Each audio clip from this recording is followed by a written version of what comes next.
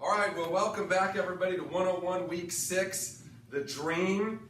And I'm very, very excited to share with you. You know, Art Williams, our company founder, talked about it being 50% crusade and 50% the dream. 50% correcting an injustice, righting a wrong. And we've talked about that. You've seen some videos in the previous classes of his crusade, of taking on an industry. But the other part of that is the dream, your dream. Why are you doing this? He said, yeah, 50% crusade, 50% dream, and that's all you need to win big in this business. And, you know, started our company as a high school football coach who had a personal mission to correct an injustice, to right a wrong when his father passed away at 48 years old with a $10,000 whole life insurance policy. Watched his mother struggle to raise his two younger brothers, learned the concept of buy term and invest the difference at his college graduation party from his accountant cousin, and learned that his dad, for the same premium dollar, could have had a $100,000 policy instead of the $10,000 policy that he left his mom with. And Art Williams got angry. He said he never forgave him for what they did to his mom. He wanted to correct an injustice. It was not about selling a product. It was so much more than selling a product. It was about righting a wrong. In 2015, 40 years later, a massively successful company, still 90 cents of every dollar being spent on life insurance in the United States being spent on the wrong kind of whole life, low value, high cost life insurance, having too little coverage for way too much money. And the question is, why are you here right now? You could be doing other things, right? You could be doing just about anything. What do you want out of this business? Why are you here? You're here for a reason. And this is a 30-foot wide mural on the back of one of the walls at our home office. It said, all my life, I've wanted to be somebody. And that was Art Williams' quote. All my life, I wanted to be somebody. I wanted to do something special with my life. Why are you here right now? That's a picture of that entire scape dedicated to the heroes and the champions and the dreamers of this company. And we're all here because we believe there's got to be a better way. And that way, right, is Prukner. We've learned how to, in normal life, downsize our dreams to fit into our lives, haven't we? Right? We downsize our lives to fit into our dreams, but today it's time to dream again. One of my favorite quotes by Les Brown says, the wealthiest place on the planet is the graveyard. Because in the graveyard, we'll find inventions that we were never ever exposed to. Ideas, dreams that never became a reality, hopes and aspirations that were never acted upon. And too many of us are not living our dreams because we've been taught to live our fears. Okay? And so Les Brown says we got to review your goals twice every day in order to be focused on achieving them. I think that goals are dreams in writing. Goals are dreams in writing. You help enough other people achieve their goals, you'll achieve yours. If you take responsibility for yourself, you'll develop a hunger to accomplish your dreams. And dreams are special. Folks, you've got to guard those dreams. They're the only set you have. And once you give them up, like so many people, life just becomes colorless. Bumping around day after day, week after week, month after month, year after year. Always knowing there's more inside of you, but never doing anything about it.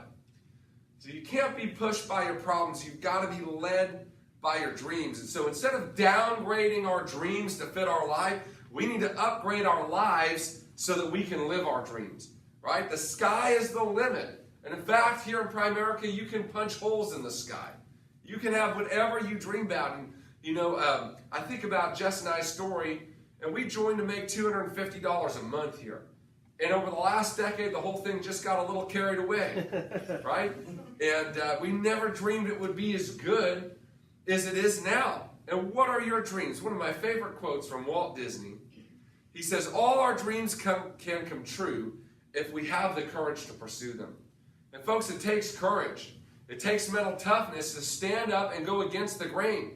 Folks, it's not normal to be chasing your dreams. And so congratulations, because you've started pursuing your dreams by being here. The question is this: are you going to finish the job?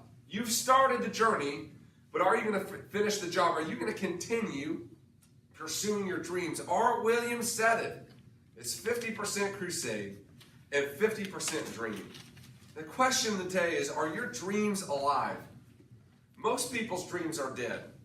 We gave them up a long time ago. I want you to think back to what you wanted to be when you grew up. And you remember that, right? Okay. Say, I want to be an astronaut. I want to be a dinosaur. And anything was possible, right? Anything was possible until the world told you you couldn't. Here's a couple of studies, right? Top 5 professions by boy and girl, what they want to be at age 5. Okay, so about 16% of boys wanted to be a pro athlete. 7%, the next highest, don't know. Firefighter, astronaut. The girls wanted to be a doctor, a teacher, a scientist, a chef, a baker. And so if you combine the two, pro athletes number 1, doctors number 2, don't know is number 3, right, okay? And there's a whole lot of different police, veterinarian, astronaut, okay? And that's a question, what do we want to be when we grow up? We start off our lives with a lot of dreams, don't we? We start off our lives with a lot of dreams, but as we grow up, society helps us to quickly tuck them away, right? And we sit with a guidance counselor in 11th grade for 15 minutes that we've never met before. And he pulls out our ACT score and our grade point average, and he says, hey, you know what? Based on these things, I think you'd be a good teacher, or a good garbage man, or a good whatever, a great engineer. And that's how we choose our life's calling. The one shot we have in life is chosen by the suggestion of somebody we've never met before, and artificial outside things like scores and GPAs, okay? And so you get your choices, you pick one, and off to college you go to pursue your dream of whatever the guidance counselor told you could be. So the other way we choose what we go and do in life and how we're going to pursue our dreams, we just follow in our parents' footsteps. And some of you know the Bernsteins, right? Okay, remember 1-800-CALL-SAM? I don't know what the other two's name are, but right, they're just doing what Dad did, right? Others grow up dreaming of doing something special in their life. And you know, one of the quotes that I love is, to begin with the end in mind means to start with a clear understanding of your destination. It means to know where you're going so that you better understand where you are now, and the steps that you take are always in the right direction. And many of us are not led by our dreams. We're just led by these things, these arbitrary things. What Mom and Dad did, what a guidance kind of, didn't matter what we really wanted. And see, in Primerica, it's about being wealthy. Not just wealth and money, but wealth in all areas of your life. Family, faith, your health. The wealthy always start with the end in mind. And this is a picture of heroes in our company, Bobby and Red Buisson and their kids, at the start of our business, 1977. And there's their family now, grown up. And one of the things I love about our business is you can have it all. You can have a great family. You can have a great spiritual life. You can have a great business. And you started as a high school basketball coach. And today, this is a picture of one of his compounds. He owns about 6 miles of shoreline on Georgia's biggest lake. And this is a 28,000 square foot home and a 30,000 square foot people barn. A high school basketball coach that found a better way. And starting with the end in mind, you think like this: the wealthy will do anything to get there, to get to that dream. Whatever they do, as long as it's legal, ethical, and moral, they'll do whatever they can do to get to that desired end, right? The average are looking for pleasant means, and they'll accept whatever end those means provide. I just want to be happy. I just want to do something I love, right? Those are the dream stealers of the middle class mantra. The wealthy always start with the end in mind. The average will accept any end that those means provide, okay? So I want you to think about this. If you're only looking at, what do I have? What do I want? What do I like? What do I enjoy? Okay, you end up living life by default. It's whatever feels good now, okay? You've got to have a mindset that's longer range than that, that's being pulled by your dreams. I always tell people, your dreams got to beckon you. They've got to beckon you like a North Star that you're always following through on, okay? So here, you can have a life of purpose. You can choose an outcome, and then put together a life that produces that outcome, right? You can decide what you want instead of just accepting what you're given, right? That's what I did before I came into this business. I just followed a path that somebody said I'd be good at, and I got whatever it gave me. And here you can start again. You can reorder from the menu of life, so to speak. Don't like what you have? Send it back and order anything you like, and as much as you like. It's all free. It's all based on what you're willing to go. Instead of building a life that you're trying to escape from all the time, living for the weekend, dreaming of retirement, you can build a life that you don't need a vacation from, okay? Life is a vacation. So look at our education system here, okay? 8 a.m., Monday through Friday, starting at age 5 in kindergarten. What do? You show up for school, right? 10 a.m. is what? Snack time, right? Recess. Noon is lunch. Afternoon, if you went both morning and afternoon in kindergarten, 2:30, it's recess again. 4 p.m., it's time to what? Go home, right? Okay? That's how it works. So let's fast forward our life 20 or 30 years down the road, okay? So you're in kindergarten, then you got elementary, high school. Oh, just do it all over again, right? Okay? Well, age 23 to 67, you begin to work a job, pursue a career. Well, where do you go 8 a.m. Monday through Friday? You show up to the job. 10 a.m., coffee break. Noon, lunch. 2:30, coffee break. 4 or 5 o'clock, what? Go home. Did they get you? Right? They've been preparing you your whole life to get the corporate handcuffs. Right? You did it every day when you were a child, and so that's all you knew as an adult. Did they get you? See, you've been conditioned to live your whole life in mediocrity. Because you were born to be great, but conditioned for mediocrity. Okay, an education system does what? You're conditioned to be a mindless worker. That's how our education system started. There was no such thing as public education until the need for factory workers that were smart enough to operate the machines, but not smart enough to start their own deal. Right? You got to do a good job and it'll all be okay was the mantra of that system. And it worked then, but it's not working now. This is a great meme that I like. Right? My boss arrived at work in a brand new Lamborghini and I said, wow, that's an amazing car. He replied, if you work hard, put all your hours in and strive for excellence, I'll get another one next year. Right? See, they're living their dreams, right? And you're helping them build it. But what's happening to your dreams? You can't share your dreams with everybody. Any of you ever realize that? Right? You can't share your dreams with dream stealers. They don't understand. Right? You're going to have some negativity here. We talked about that in mental toughness last week. Why? Because people really don't want to see you live your dreams. Right? Because then they have to come face to face with the fact that they're not living theirs. Okay? You'll have people who you thought were going to support you that don't. Right? They don't know what you know. They don't know what you know. They're not sure if you're capable. They don't think the same way you think. That's okay. They don't have the same dreams you do. And that's okay as well. You'll have to understand that they don't understand. Is that all right? You all get that? You have to understand the people that are negative about you going after your dreams, they just don't understand what you don't understand. See, our family and friends that are not supportive, they're not trying to be mean. Right? They're trying to help us in the best way they know how. They're trying to protect you from giving up like they've given up the whole time in their life. They're trying to stop you from getting hurt. They don't want to see you get your hopes up.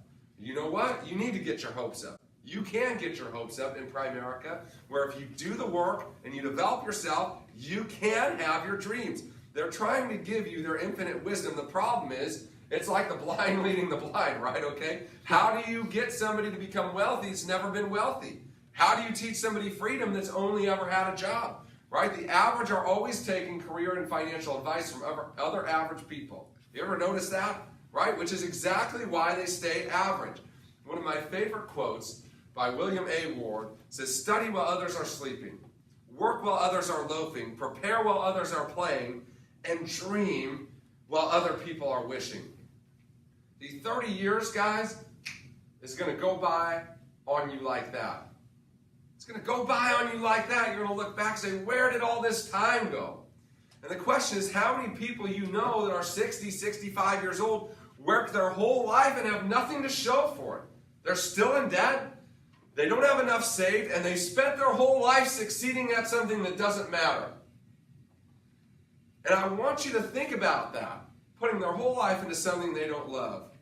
Looking back on their life only to realize this: the best and most productive years, the healthiest years of their life are what? Gone. They're gone.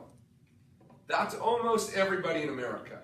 Yes or yes? That's almost everybody in America. And it will be you if you don't change your course and start pursuing the dreams that are in your heart. And that's why you're here, right? You've started, but will you finish? What's your why? Why are you here? What are you fighting for? So what we're going to do is we're going to take a minute and we're going to do a little bit of an exercise here that I love doing with people to help you with your dream, okay? So I want you to pull out a pen and paper, and we're going to take a few minutes here, and I'm going to ask you a couple of questions, and I want you to write down these answers. And it's going to be profound for you. We're going to help you identify your why. And Mark Twain said this. I love this quote. He said, "I can teach anybody how to get anything they want out of life. The problem is I can't find anybody who can tell me what they want." Right? And that's how our business works. So the question is, what do you want? Why do you want it? And how bad do you want it? This is the question that you've got to have an answer to. And most people don't have answers to these questions. What do you want in life? I don't know. Why do you want it? Not quite sure. And if we don't have the answers to those questions, we're never going to pick the right solution. When you don't know where you're going, any path will get you there, right? Most people can't answer these questions, okay? So you want to improve, go home tonight, just ask your spouse, what do you want out of life? And the truth is, they can't give you a concise answer. They're just going through life, living day to day, hoping for the weekend. They might be able to tell you what they want to eat tonight for dinner, where they might want to go on vacation, but it kind of exhausts after that. Very few people have a concrete list of what they want and why they want it, okay? And today we're going to go through an exercise that's going to help you with that. So see, the truth bomb number one here is most people sitting here right now don't have a concrete list either. And so when we don't know where we're going, that's the destination. When we don't know where that is, how do we get there? And the answer is we don't. So today, that's going to change, okay? If you don't know what you want, you're always going to get it. You're always going to get what you don't know you want, right? Most people struggle with this. Their why is not clear to them, and because of that, they just kind of fade away. It gets tough, just kind of fade away. There's nothing they want so bad that they need to build a residual override income for. There's nothing they want so bad that they need to be somebody more than they are now.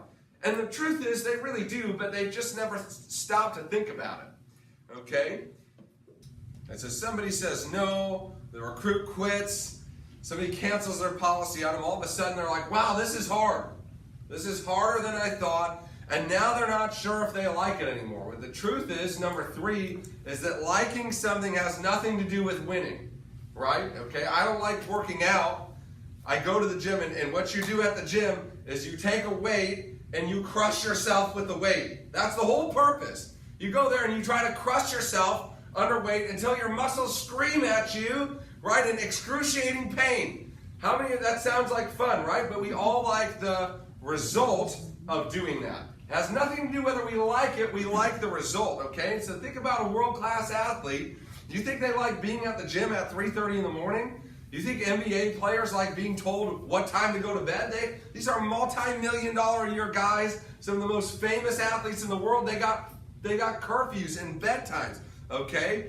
Think about it like this, like it was when they miss an important shot and all of Twitter lights up. You think they like that, right, okay? Everybody's ragging on them. Okay, what do they really like?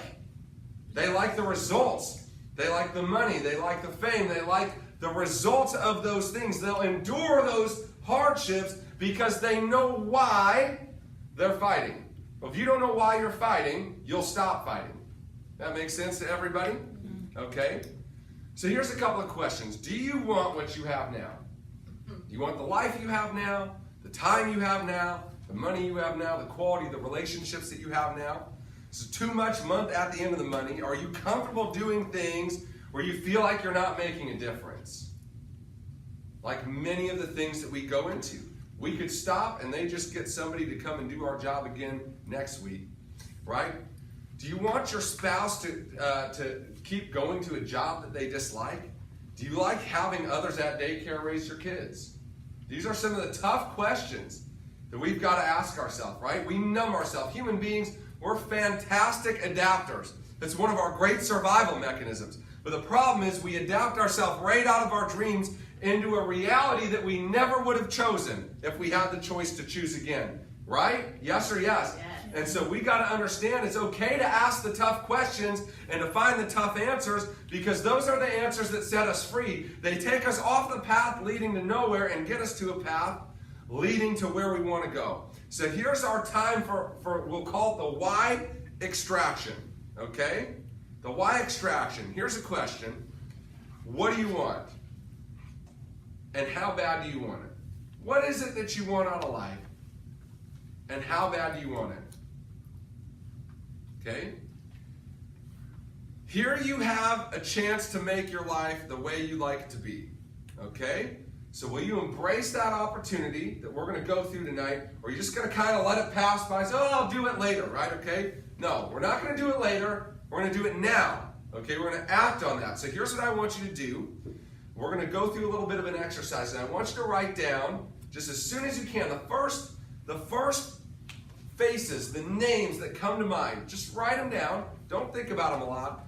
But I want you to do this. I want you to write down the names of the first 3 people that you can think of in your life that will be most greatly impacted by you winning big at this business.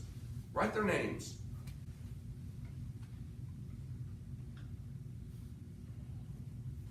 All right. So when you're making $30,000, $40,000, $50,000 a month, and you don't have to go to work every day, who else in your life has had their life changed? Right? Maybe it's parents, maybe it's a spouse, maybe it's your kids, maybe it's your grandparents, maybe it's a neighbor, maybe it's somebody that you go to church with. Who's going to be most affected by that massive change in your life? Okay? And now I want you to do this. I want you to write down the first 3 things that you can see in your mind's eye about how their life and your life will be different when you win. Okay? Maybe it's you get in a different car every morning. Maybe it's you woke up and it's in a different house. Right? Maybe you're not sending your kids off to daycare or to public school anymore. Maybe you're not going to visit your grandma in the state-assisted nursing home. What is it? What's most different because you've won? How will their lives be different? How will your life be different?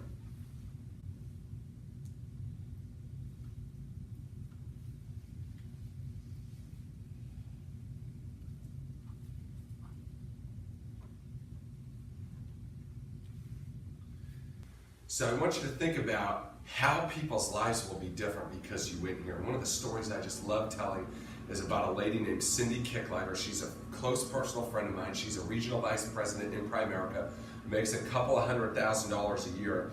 And in September of 2013, Cindy got absolutely life-devastating news. She was diagnosed with stage 4 breast cancer and given 90 days to live. Doctors didn't even want to treat her. They said, go home, get your affairs in order. And she was just absolutely relentless. She said, this is not going to be how my life ends up. And so what she decided to do is she decided to start seeking some experimental treatment. She actually went to a place called the Invita Clinic in Arizona, where you could go and get experimental, cutting-edge, non-FDA approved treatments from the medical community. And so non-FDA approved means one thing to your health insurance company, and that's what? We're not going to pay, right?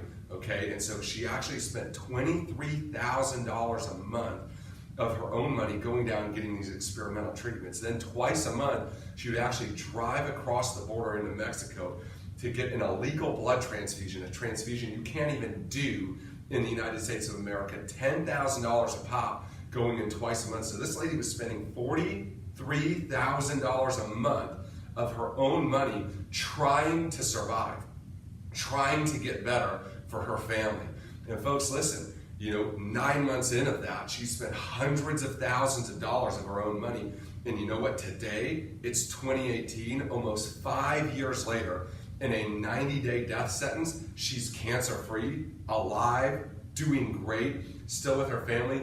And I even get goosebumps right now thinking about what she told to me. She said this, she said, I'm so grateful that I'm still here to hug my family.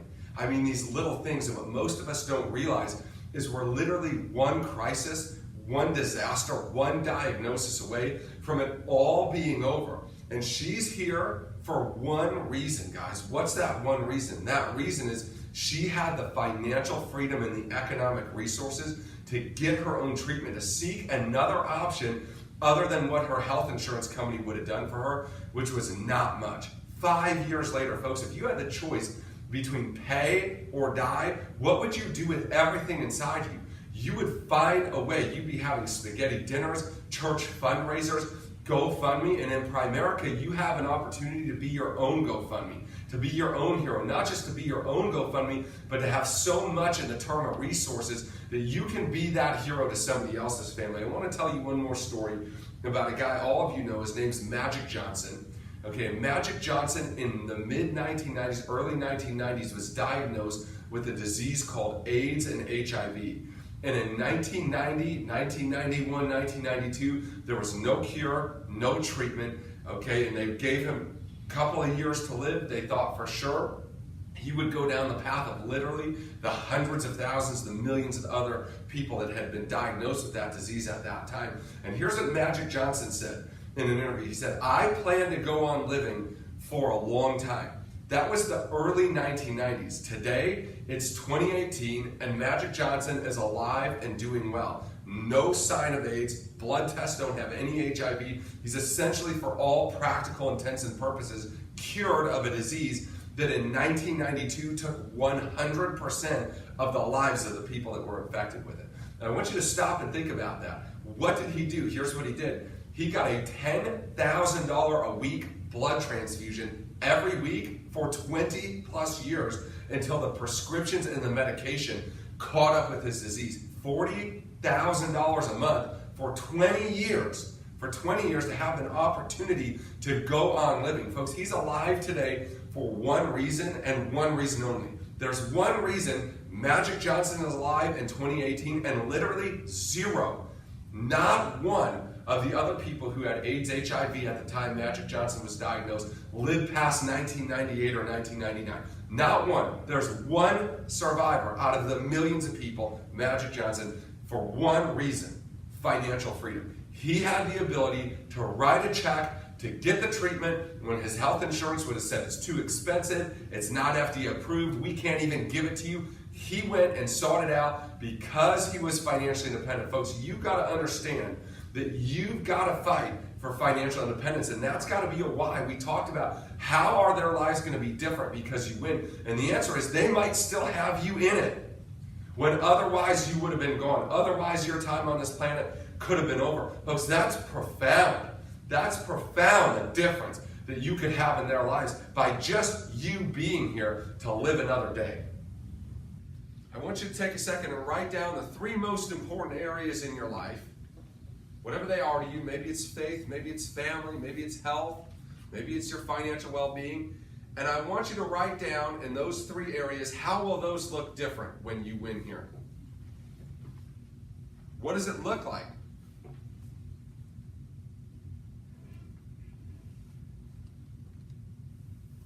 So you have to get your mind thinking. We've mastered thinking about what we don't want, and we've created that in our life, but we've never really stopped to think about what we do want to create that in our life. And you've got to get your heart involved. It's got to mean something to you. And most people who quit, right, it's not that they didn't have a dream, it's that they just never connected to it. Okay? And so you have to teach yourself, or you've taught yourself rather, to disconnect, right? Because doing what you did when you minimized your dreams to make them fit into your lifestyle, you had to disconnect out of that so you didn't walk around every day painfully aware that you're not living the life you always thought you would, right? You've taught yourself to disconnect, but you've got to re-engage. You've got to reconnect to those things that you want. And how do you go through life on this planet doing something you don't like? with people you don't like for not enough money? And the answer is this, right? And you never live your dreams. You never live what you really want.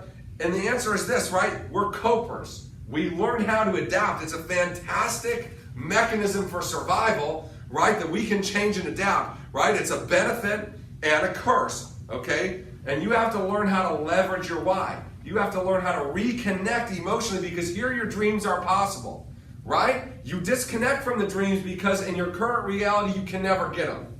But here you can get them. So you need to get your hopes up and go after it. You got to stop being okay with being okay, right? Okay is not how you're supposed to live. What a tragedy it would be to live the one life we have on the planet and get to the end and say it was okay. Folks, I don't want an okay life. I want an unbelievable around the world life. Stop negotiating with your future and start going after the things that are important to you in your life. So that paper, those names, that's your why. That's your why. Those are the reasons that you will fight. Most people in Primerica lie about their why. So I want to help the kids in Africa. Folks, if you cared about helping the kids in Africa, you'd have done more than 1 by 1 last month, right? Okay, that's your why. On the piece of paper right there, the people, the things that are important to you, right? It's your why that makes you cry. And you got to have a mantra, for this I will fight. And you should make that piece of paper, right? Keep a copy of it with you. Laminate it. Keep it with you at all times. And when you're in doubt or you're not feeling it, like, gosh, I don't know if I can keep going, man, I dare you to pull that out and look at it. And how could you not fight a little harder for those names? Are you honestly going to look at the names on that list and say, not worth it?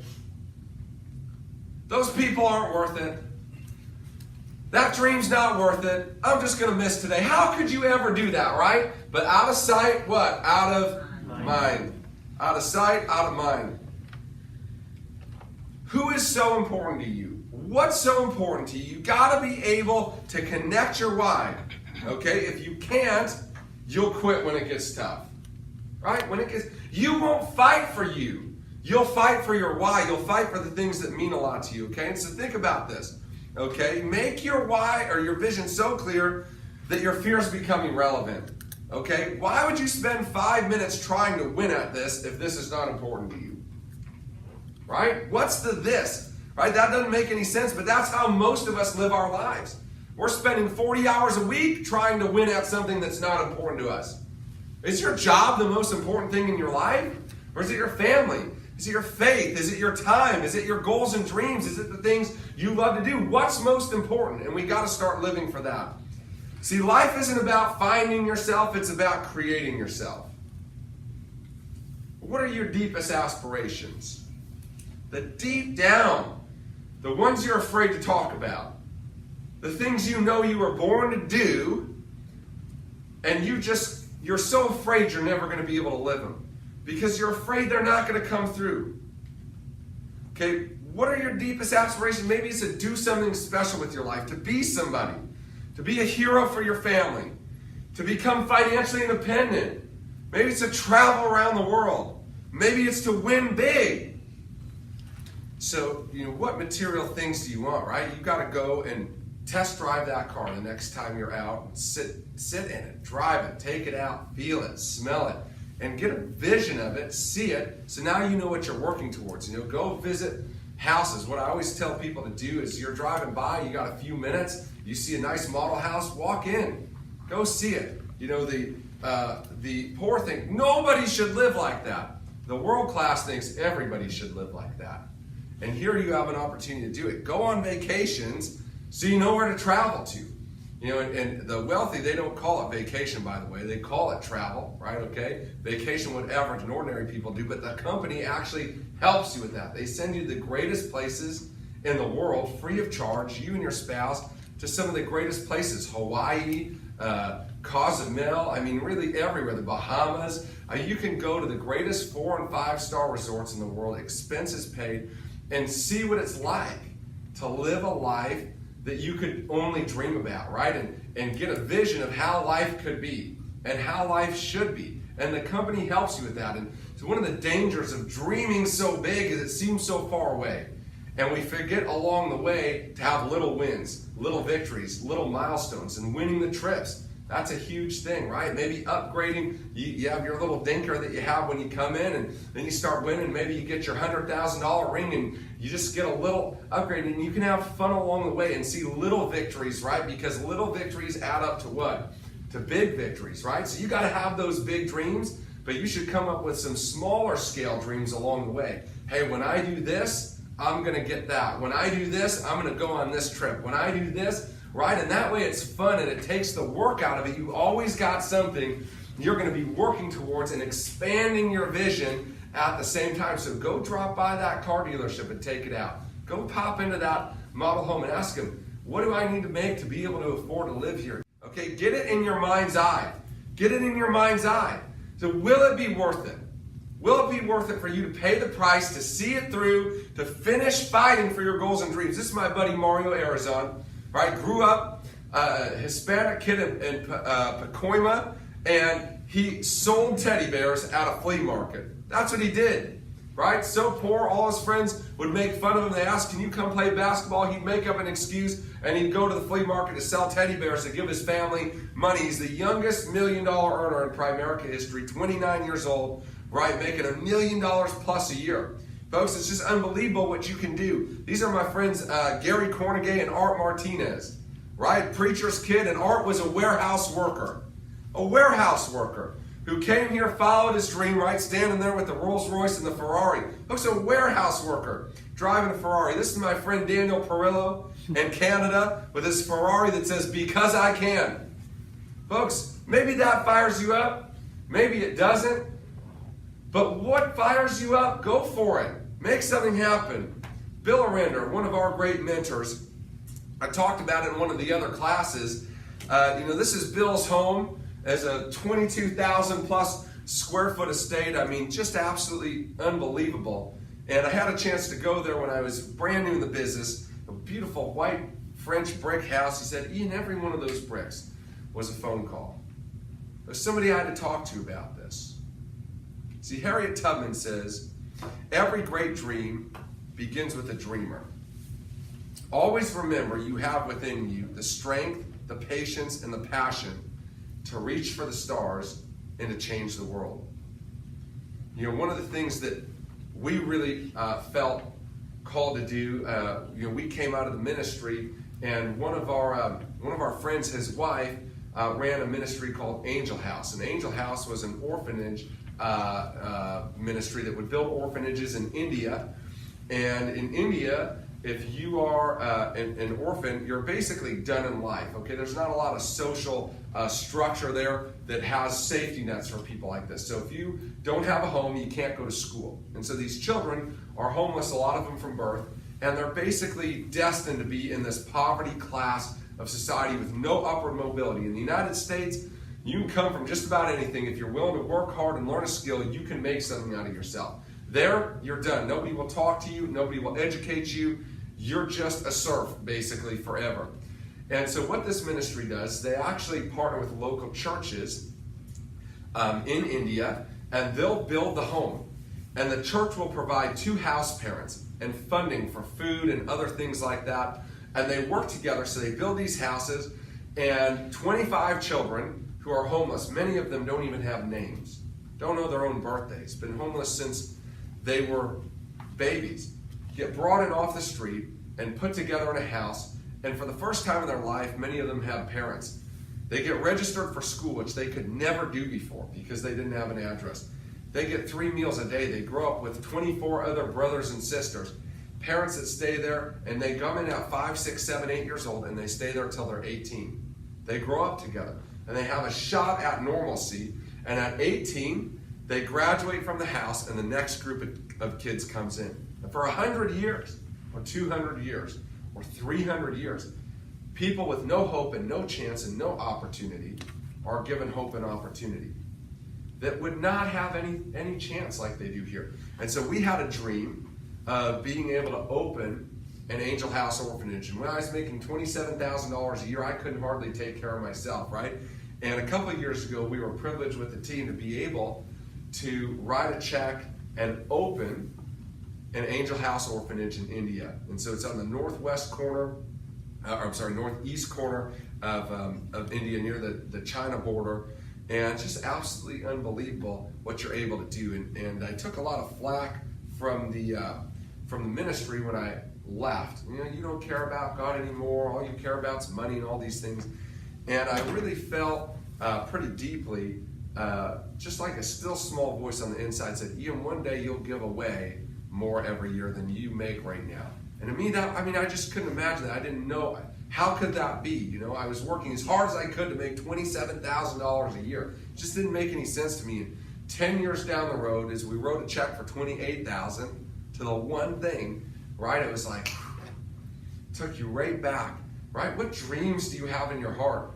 What people do you want to help? What causes do you want to give to that just rock your world? They just light you up, that you would love to be able to be a part of in a way bigger than you're being right now. Folks, fight for that. So guys, in summarization, think about it like this. Would you ever let somebody tear up your dreams in front of you? Folks, then why would you let them talk bad about your dreams, right? And I always tell people, you better get your hopes up. People say, don't get your hopes up. What if it doesn't work? Well, what if it does? And I want you to watch a summarization of so many of these points delivered by my friend Mario Arizon at the 2015 convention. Check this out. It's a fantastic video.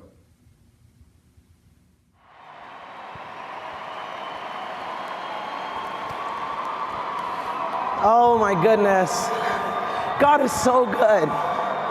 Let me tell you something. Guys, from the bottom of my heart, I want you to listen to this story because it changed my life. Let me tell you something. There was this older lady that was going to get surgery.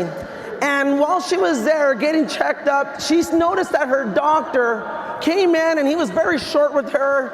And he seemed really stressed out. He was so stressed out, and she noticed that, and she asked him a question. She said, "Doctor, do you mind if I ask you a question?" He's like, "Sure, what is it?" And he was kind of blushing her off. It's like, "You seem really stressed out. Is everything okay?" And it shocked him. He's like, "I'm so sorry. It's just because I got two little ones at home. We have a toddler right now. I haven't been able to get any sleep. It's just, and in the doctor's office, it's just so crazy." And she's like, "What would I do to trade spots with you?"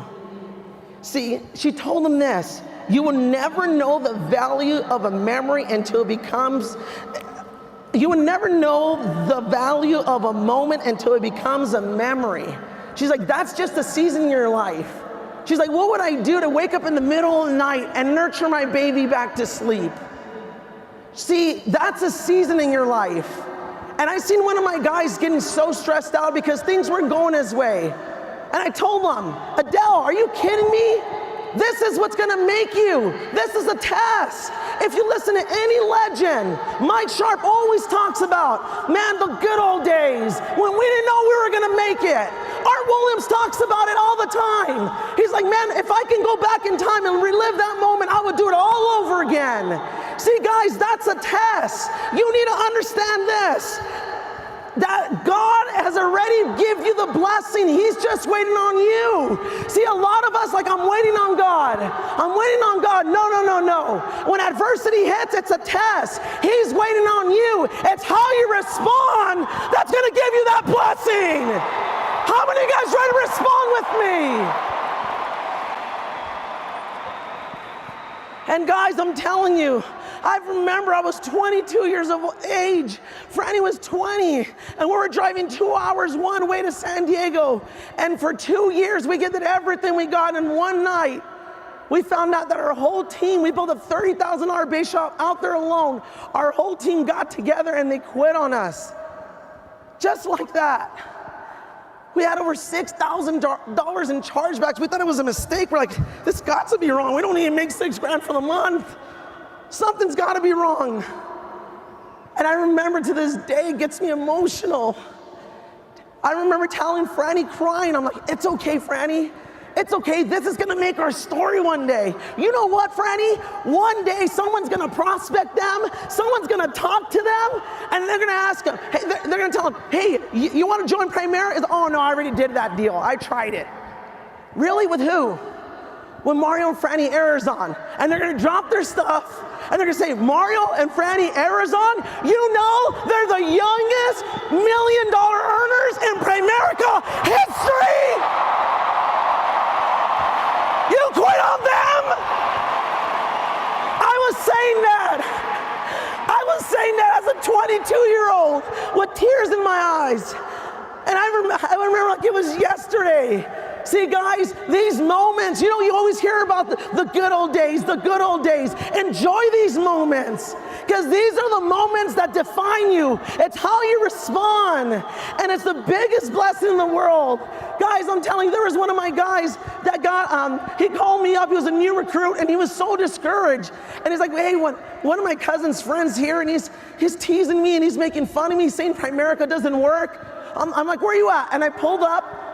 And while I was there, the guy didn't know I was in Primerica, and he was just destroying this young man.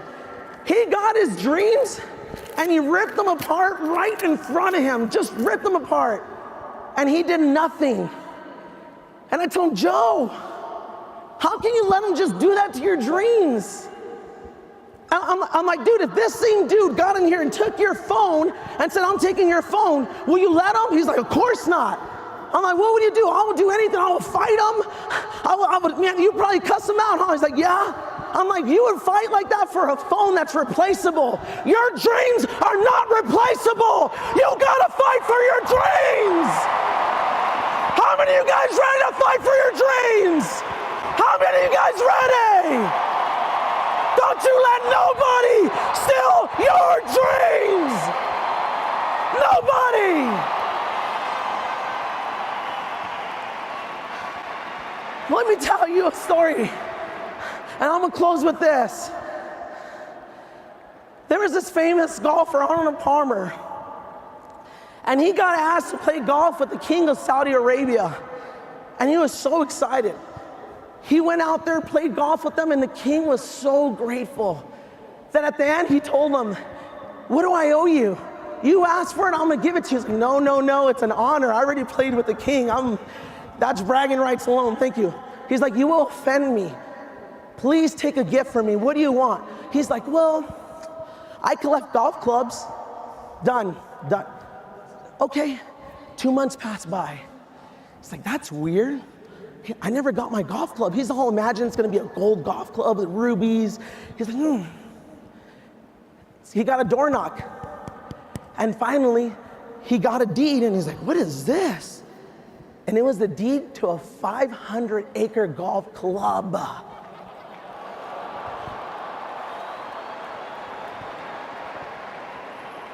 What am I trying to tell you? Kings think on a different level. Imagine the king that I serve. That's the King of Kings. What does he have planned out for us?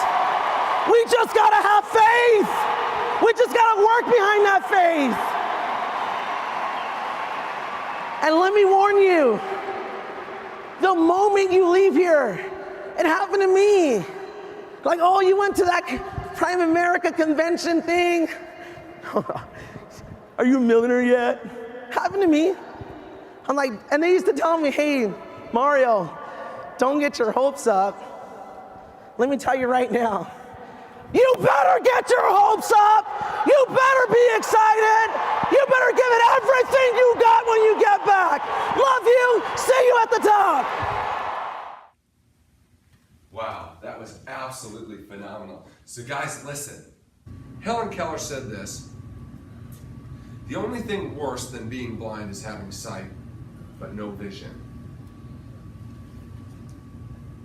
And many of us are blindly walking through life, aren't we? Just kind of doing what's next, seeing what pops up on the landscape of life, responding and reacting. And we're never really thinking about the things we want most in our life, and the things that matter most in our life, and the people that matter most in our life, right? We're never really thinking about it. Folks, that paper that you have, that's your North Star. That's your guide. That's why you're fighting. That's your why. That's your dream. The question is, will you give up on your dream like most people when it gets tough? Or will you hold that dream tight? Will you fan the flame of the dream in your life until it becomes white hot and you have no other choice? It's like you're called to it. It beckons you, it pulls you, it wakes you up in the morning, and it keeps you up at night. That dream, you got to protect it. You had it once. You had it once, right? You had a dream. You wanted to be somebody. You knew you'd do something special. And then life beat you up. It knocked you down. And folks, listen, here you can right-size your life. You don't need to downsize it anymore. Don't take those dreams and put them away. Water them, fertilize them, fan them. Let them get as big as you can imagine. And folks, as big as you can imagine isn't big enough. The dreams that you're going to dream here are so much more than anything you can know. I couldn't have dreamed as good as we have it now. And we're just getting started. Why are you here? It's on that piece of paper. Who do you need to win for? It's on that piece of paper. What's it going to be like? It's on that piece of paper. That's why you're here. Folks, would you let somebody take that from you and rip it up and say you never have that? Those people aren't worth it. Would you let somebody do that right in front of you? Of course not. You'd fight for it. Why would you do it to yourself? Why would you do it to yourself? By stopping short of what you could become. By stopping short of what you're capable of doing. By stopping short when somebody doesn't agree with what you're doing or tells you something negative. Folks, you got to hold that dream. You got to protect it. You got to guard it. Why? Because once that dream dies, it's never going to come back to life. Folks, that paper, that's why you're here. Never ever forget that. You got to keep fighting. You got to keep driving. You got to keep that thing top of mind. Out of sight, out of mind. Keep looking at it. That's what you're here for. Hey guys, listen. Next week, we're going to go to Crusade and the company and talk to you a little bit about our history and how we started and what cause that we fight for. So hey, I appreciate you guys. Any questions this time around on the dream? Going once, going twice. All right, we'll see you next week.